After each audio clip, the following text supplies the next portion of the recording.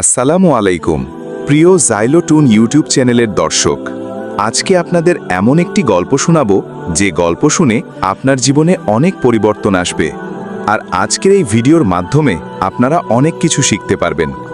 তো চলুন বন্ধুরা, দেরি না করে ভিডিওটি শুরু করি।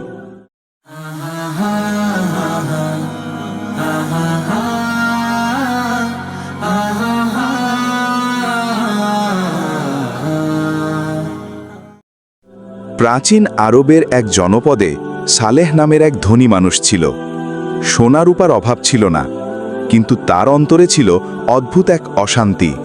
চারপাশের মানুষ তাকে সম্মান করত, কিন্তু সে জানত তার জীবনের কিছু একটা ফাঁকা, কোনো শান্তি নেই। একদিন সে মক্কার পথে যাচ্ছিল। রাস্তার ধারে এক গরিব ভিখারি বসে কাঁদছিল। সালেহ থেমে জিজ্ঞেস করল, হে মানুষ, তুমি কেন কাঁদছ? ভিখারি বলল, আমি ক্ষুধার জন্য কাঁদছি না, আমি কাঁদছি আল্লাহর জন্য। আমি চাই তিনি যেন আমাকে ক্ষমা করে দেন, কারণ আমি বহু পাপ করেছি।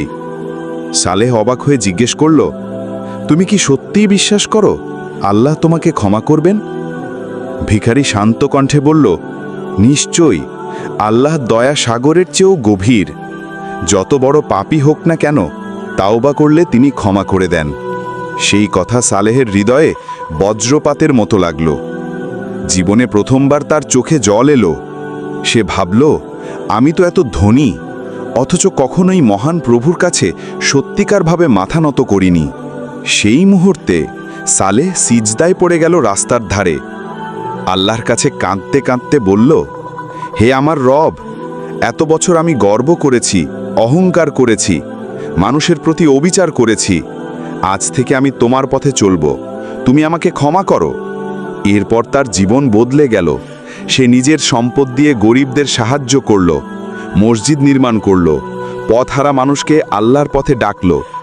এক সময়ের অহংকারী ধনী মানুষ হয়ে উঠল মানুষের চোখে একজন দানশীল, নরম হৃদয়ের আল্লাহ ভীরু বান্দা। এই গল্প আমাদের শেখায়, আল্লাহর দয়া অসীম। যত বড় পাপী হই না কেন, তাওবার মাধ্যমে আমরা আল্লাহর রহমত লাভ করতে পারি। প্রিয় বন্ধুরা, আজকের ভিডিওটি এ পর্যন্তই। ভালো লাগলে অবশ্যই আমাদের পাশে থাকবেন। আমরা এই চ্যানেলটি বানিয়েছি শুধুমাত্র আপনাদের কাছে ইসলামের কথা পৌঁছে দিতে। আমাদের এই চ্যানেলে প্রতিদিন একটা করে ইসলামিক ভিডিও আপলোড হয়।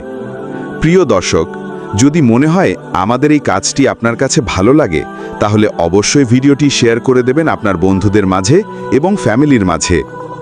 আবারও দেখা হবে পরবর্তী ইসলামিক একটা ভিডিও নিয়ে। এতক্ষণ ভালো থাকুন, সুস্থ থাকুন, আল্লাহকে স্মরণ করুন, 5 ওয়াক্ত নামাজ পড়ুন।